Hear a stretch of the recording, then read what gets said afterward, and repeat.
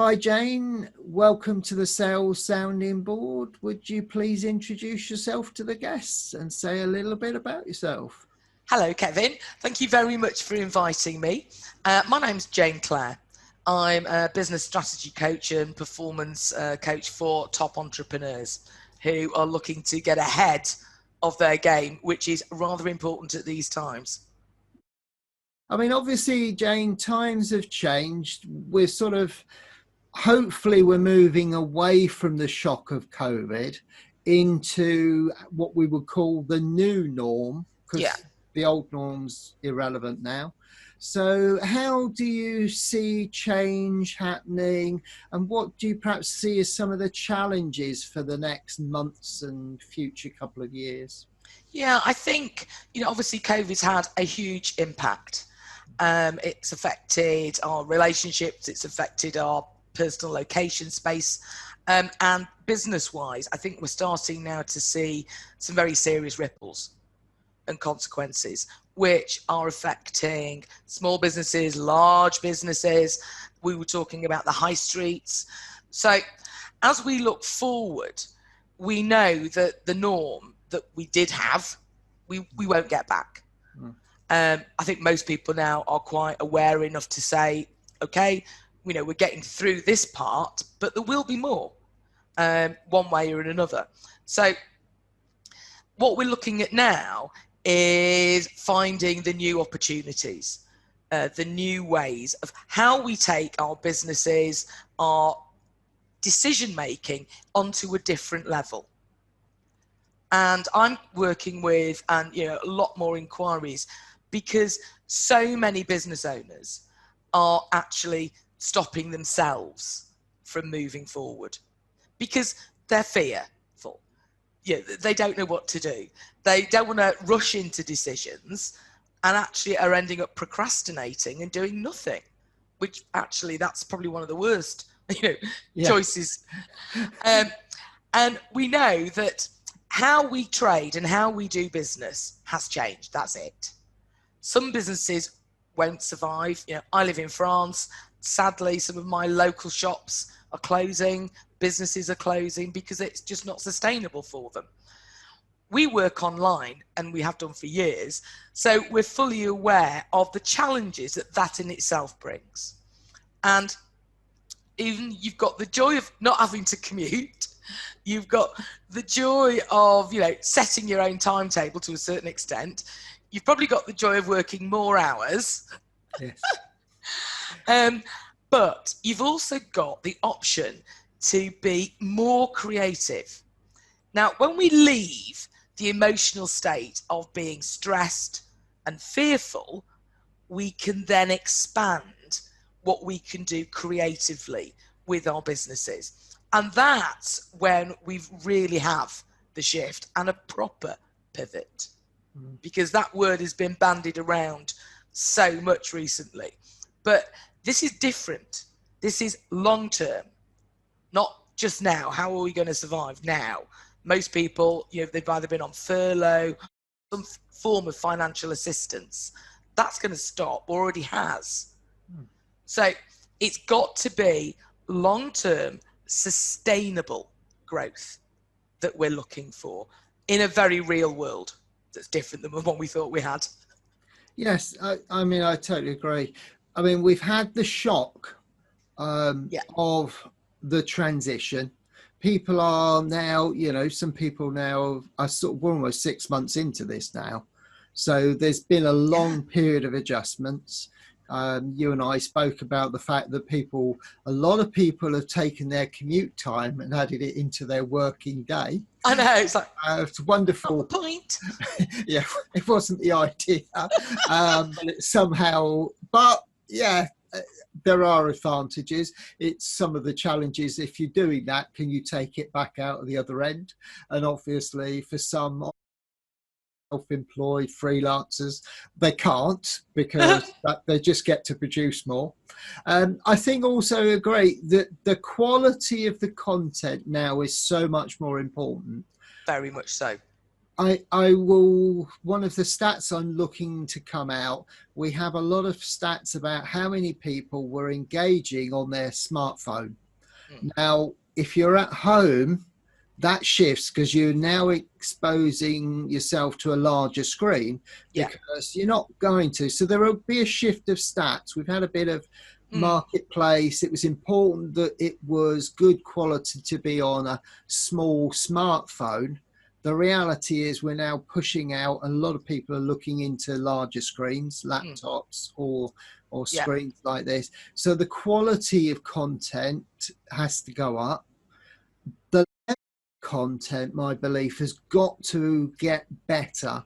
Because you and I have had a conversation about course structures, and if you take out the person-to-person engagement, then you reduce a half-day course between 30 people.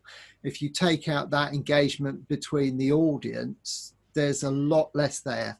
And it also means there's a lot more ownership on the course deliverer to actually ensure that the content that would have been covered or come up in organic conversations is actually delivered. And I'm aware that we look at the amount of courses, people saying what they can do online, and there is an awful lot of mist, fluff and rubbish, and people not delivering tangible results. And I actually think people are now going to have to do more. It's going to be more value, more content, and they'll get paid an awful lot less for that. Because people's expectations now are increasing exponentially from what they're going to receive from any form of online course deliverable.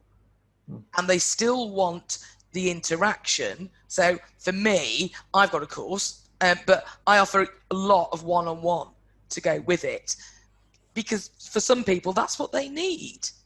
And, was it 6% of courses are finished? Well, that needs to change. So how we deliver the value, the content, the quality on every level has to go up, up, up, up. I mean, you spend a fortune on back-end IT that nobody ever sees, but we perceive it's there because it's really good.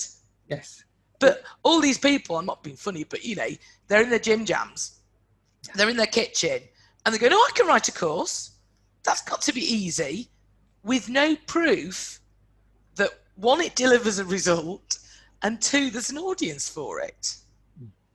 So it's all a bit, we're in that intermittent stage at the moment where people are grabbing at ideas and which they think are doable. They'll take them, 6 months to realise they're not. And in the meantime, we all hope that they find people like you and me, Kevin, to help them along the way, because it's a lot of time. Yes. Oh, yeah, I agree. There is the issue now. I think for me, I look at it's the content and a proven value. Yeah. We can look at all the other aspects, and it's a bit like I was working with somebody this week and talking about how you get trust. You have to prove trust. I think that was the bit that the person I was talking with was struggling. How do you prove trust? I said, there's lots of ways you prove trust. You earn it. You earn it. We're in a visual world. So you have to be visual in proving the trust. I said, so you look on a website, it's great. You want testimonials that mean something. They have to relate to somebody. Yeah. Because if they don't relate to that person looking at it, what's the worth in it? What's the value? Go back to knowing your niche, which is teeny, teeny, tiny, knowing your ideal client, because then you know who your audience really are. And that's who you're talking to with your lives, your webinars, your content, your posting, whatever platform it is. That has to be a really, really good targeted focus of it all. Otherwise, you're just another voice amongst millions. Yes. You won't be heard. And that's where you and I know that people come to both of us and go, it's not working. We're doing all this work. And you go, well, actually it won't, will it? You know, so because people buy from you first. Yes. And then they buy your services, they buy your courses, they buy my programs, whatever. But they buy from us first. And, you know, when you've got some kiddie wink going, you can do this. It's like, prove it, show me. Yes. And they can't do that bit. Yes. I mean, you and I come out with the sort of thing, ideal client. And I was having a conversation, ideal client. Okay. Ideal client is somebody that needs it and is willing to pay for it. Yeah. There's the two first steps. Now, can you identify them? Can you prove they're willing to pay for it? Have you tested it? And I said, well, it's interesting. We talk about courses and programs. The proving is to give something away free because they want to feel there's value. And it's how long before they click. I mean, I love LinkedIn. You know, we've gone into the world of video, but I go on and go, okay, yeah, and I almost count. Okay, board, click, off. I don't think I might no. Yeah, I think that's the bit that we're struggling with. And as we transition, and I think it's we're now in a transition. We've had the shock. Yeah. We've had a number of months to embed this now and move forward. And a lot of people, and there's a lot of advantages and there's some huge disadvantages in working from home. The mental health aspects are huge. And I think that's something in a world where we're generally quite isolated anyway. Interestingly, I was speaking to a really great business guy. He lives quite close to me, and we do a lot of work together.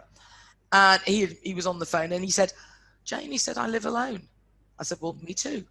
So you live alone, you work alone, and maybe there's a bit of resistance to going out and about. So the ripples of that are manifesting now. And I think, from a business point of view, any business owners listening to this need to be very aware for their teams, their staff, and themselves. It's something you need to keep a health check on. Otherwise, that will escalate. Yes, and I think there's some businesses, there's been a lot in the press recently, businesses now looking at how they restructure. The days of the big central office blocks seem to be now numbered, where a lot of wheel and spoke going on, because what people are realising, and we've had it in the UK with some banks, they've realised they've got a lot of branches scattered around the country, and they've all got office space. So if they lose the big central office, but hang on a minute, we're already paying for these empty offices. So, and if you look at the culture now where you want the best person you can get for the money, and it's not about paying the biggest salary, it's about getting the right person and paying a correct salary. Yeah. But that now can go out to the outer edges. Those people can work in the outer edges because yes, we've got homework. There will be people going back to offices, but probably in smaller numbers. I think much smaller. I think people, they now appreciate they don't need to do the commute.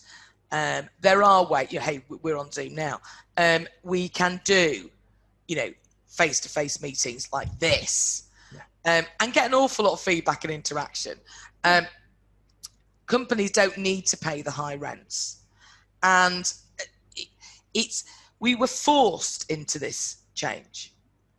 And what it's shown is that people can change remarkably quickly when they have to. Or I'm going to add a new caveat, when they want to. Yes, and I think we're going to see this in the big corporates right the way down to the small, because you even a corporate can only cut back a certain amount. Yeah. Some of these big animals, they're too big. Yeah.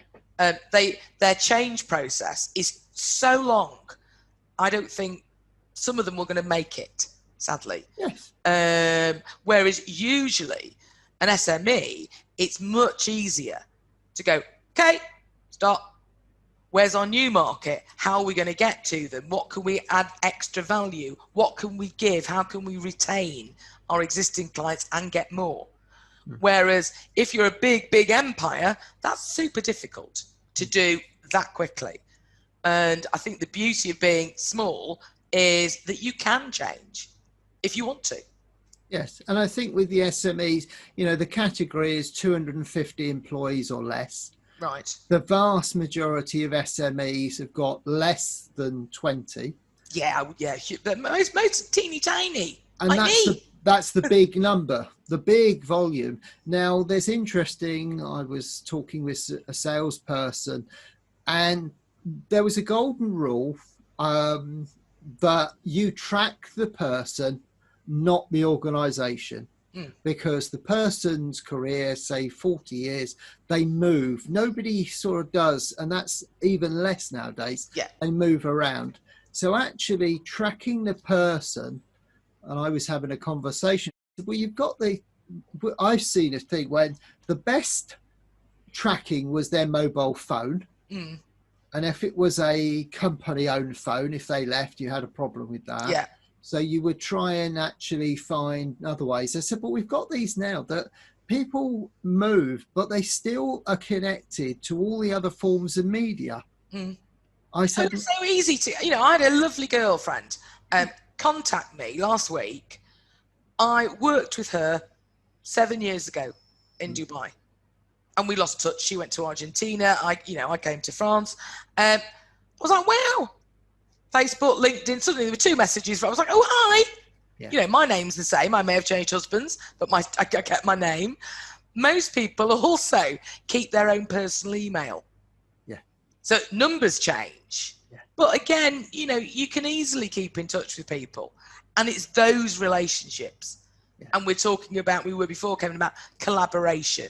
It's amazing because we collaborate, we buy and sell for people that we know and trust. And I think the one now is this issue of trust and value. Yeah. And those I see, the trust, you need to understand how to build and prove trust. Yeah. But value is going to be, as I see, the real melting pot for the next periods. Definitely. The level of value people are going to want to see. I mean, I was doing this conversation with a client, and we talked about the days I've been around buying cars and used to have a checklist of what you wanted. Yes. So the checklist, like, mats inside, fog lamps, automatic. Hang on a minute. You get all of those now on even the most basic. Yeah, they become standard. Yeah. So all those advanced requirements. Yeah. And the market level of intelligence and requirements is increasing. Yeah. Very, very fast now. Yeah. And what at one point would have been, even 2 years ago, would have been, oh, that's great. It's not enough now. Doesn't even touch the size about what the market need is. Well, I think I use the motor industry because it's an easy one. Yeah. And the person I was talking could relate to it, and I know you yourself will. But it's also, if you've got to buy a piece of IT, it has to be plug and play. Yeah. You don't do anything else anymore. I've done some investment because of work I'm doing this year. And everything has to niche together without fail. I will not tolerate or not accept any forms of delay. So if I've bought a mic to go into something, it just needs to work from moment one. Exactly. I'd have no time. Most people that we know are very, very IT dependent now. most of us, I don't code, anything like that, but I do videos. I've done my own website. I've done, an amazing course last year. I did it all myself. Now, I needed that to operate and function easily. All right, I'm not, I'm quite intelligent, but I'm not an old, IT specialist. People demand now for it to be plug and play, super efficient, and if not, they talk with their feet and their wallet. They go to the next one. Yeah. And then you get bad reviews, which people read, thankfully. So organisations, the level of competition as into quality, it will, all we're doing now is getting better and better and better and better, because that's what the market demands. Yeah, and it was an interesting conversation I had with a gentleman who's in advertising, and he's very much the creative side of advertising. And they've been approached by a large potential client. Now they're in quite a small level organisation, quite young. Yeah. And he was sort of almost balancing, why are they giving us this opportunity? I said, well, then what you need to do is, and I said to him, can you remember, and he's just about old enough, I said, can you remember the old sales T-chart? The fors and against. I said, so, I said, that's ancient. I said, but still, the principles still applies. I said, so what does the client want and what can you offer? I said, that is the focus you have to look at. What they want you to deliver. I said, so if you look at your competitors, I said, because we all have competitors and the competitors have grown. I said, but what's the difference? So who are you competing with? Do you understand how they work? Do you understand what they offer? I said, well, somewhere in that is what the client wants and you can offer. Now, I think we're almost going on to a new level as well, because when people accept who they are, okay, and their unique talents, and put that to the market, then the buyer reaction is much more strong, because we've seen same, you want to see different. Now the scale of different doesn't matter. So hence, smaller organizations, baby companies are doing really, really well because they're offering something new, unique, fresh, creative, and, for a price point, usually less than and that applies right across all industries. And this is where looking for the opportunities, genuinely seeing how business can be different and better. What we're going through now is extremely tough. And we know that the people who will thrive and the people that won't survive. And what's the difference? It's the ones who get the opportunities, create them, and often by being different. I'm not your standard coach. You're not.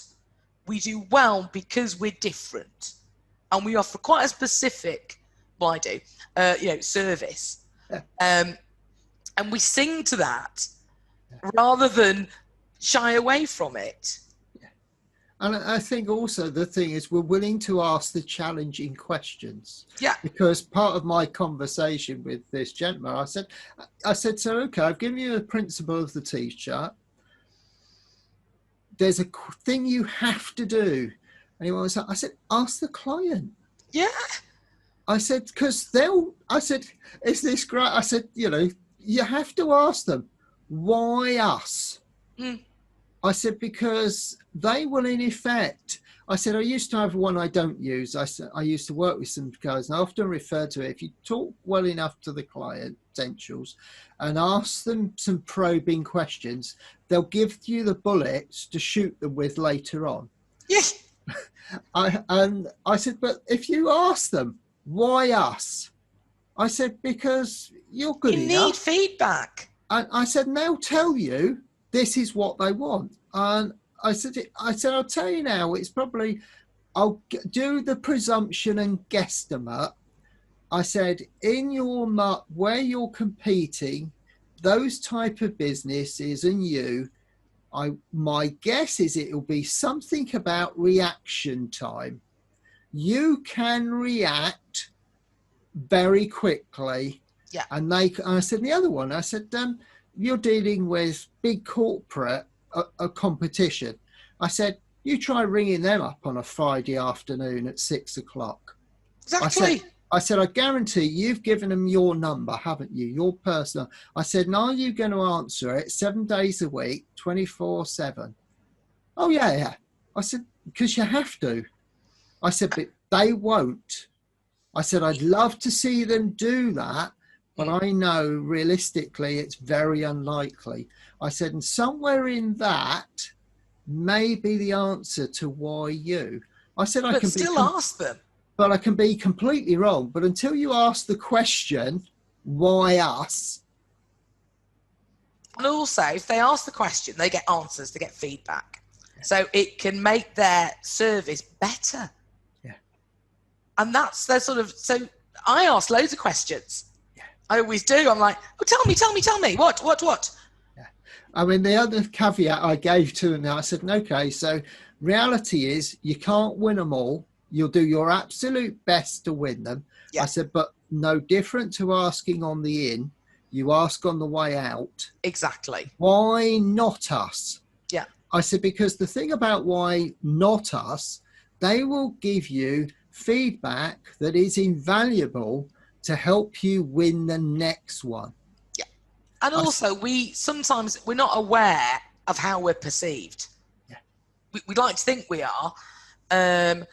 And I've got a lovely friend, and she's actually in the States, and she's another coach. She's got a great group, and lots of members in the group. And somebody posted, could anybody recommend a business coach?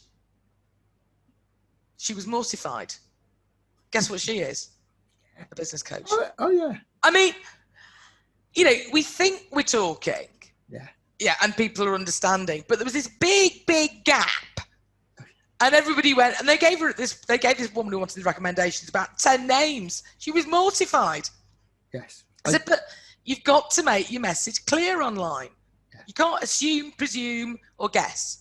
And the thing is, I love, if you go on my LinkedIn at the moment, it will come up and it will flag up more about writing e-learning courses than anything else. Now that's just the algorithm picking that up, and I was thinking, that's the problem. The algorithm picks up the popular bits. Yes. So it's not necessarily, and it's not current. Yes. Because it's what you were doing 2 months ago, and at the moment we're all. I've just finished some amazing training with this great guy for the whole year. And, so that needs to build into how I work, and unblocking your brain and getting you to peak performance, but really properly, by the way, not in a fluffy way. Yeah. And you think, that's going to take 3 months. Yeah. Which sounds nothing, but on the online world, 16 touch points, 3 months is a long time. Yeah, I mean, the one, I'm just conscious of time, and I'll just feed this one in. And it's back from my past and when I was involved with counselling and psychotherapy. And it was to sit in the client's shoes, because we often talk about the buyer's journey. Yeah. And it's almost, hopefully Pivot will go away soon. We'll stop hearing it. It will. But I was talking with somebody and I said, well, what you've got to do is sit in the buyer's chair and put on their shoes. Mm. That's the perspective you have to look from. I said, so you've got to have lose you, become them. Yeah. I said, so everything is about looking at the world through their eyes, because that's how they're looking at you. And it was, and we did something I did. So I got him to cut out a cardboard shoes. And he classic. And he made a pair of cardboard shoes, and we went through the bit: sit in the chair, change chairs, sit in the chair, put your feet into the cardboard shoes. Yeah. And I worked through and I said, okay, so think of your main buyer you have a lot of knowledge about. Now become them. Yeah. And it was an interesting, we did it for about 10 minutes. It's all you need sometimes. And three amazing pieces of thought came out of it. Exactly. And I think, and that's what, as you say, the way you work, the way I work, that's what's different. Yeah. Because I invited him to do the thing, and he's quite experienced. I've never done that before. I said, well, yeah, I'm not surprised. I said, because I know the environment that's used in, and I know why it's used, and I know the protocols and safeguards that have to be in place. Yeah. I said, but for what you and I are doing, this is okay enough. Yeah. And we've produced, as you say, it's how to envisage the future. That's the bit we're now, my feeling is it's how we're going to go forward. We've done the past, we're in the here and now, but the focus now has to be the going forward. Yeah. And I think more than ever before, we have to think differently. And for some people, that's a challenge. They're fearful. Businesses are, we know all the reasoning, but that's the only way. We have to find new opportunities in new ways by being super, super creative and not sticking to what we know, because that won't work anymore. Time sort of come to the point, Jay. Have you got, as I always say, the three things you'd like to give to the audience? Courage, determination, and I'm not plugging me, I'm saying this for everybody, but don't get stuck. Don't get in your own way. And if you're feeling blocked, find somebody to get you unblocked, because that's not the time now. We don't have, an interval and a rehearsal time, and this is real. That's lovely, Jane. I've enjoyed the conversation. Hopefully you have. Always, Kevin. Thank you. And as we say, hopefully we'll do this again in the future. I'm sure we will. Take care. Lovely. Thank you, Jane.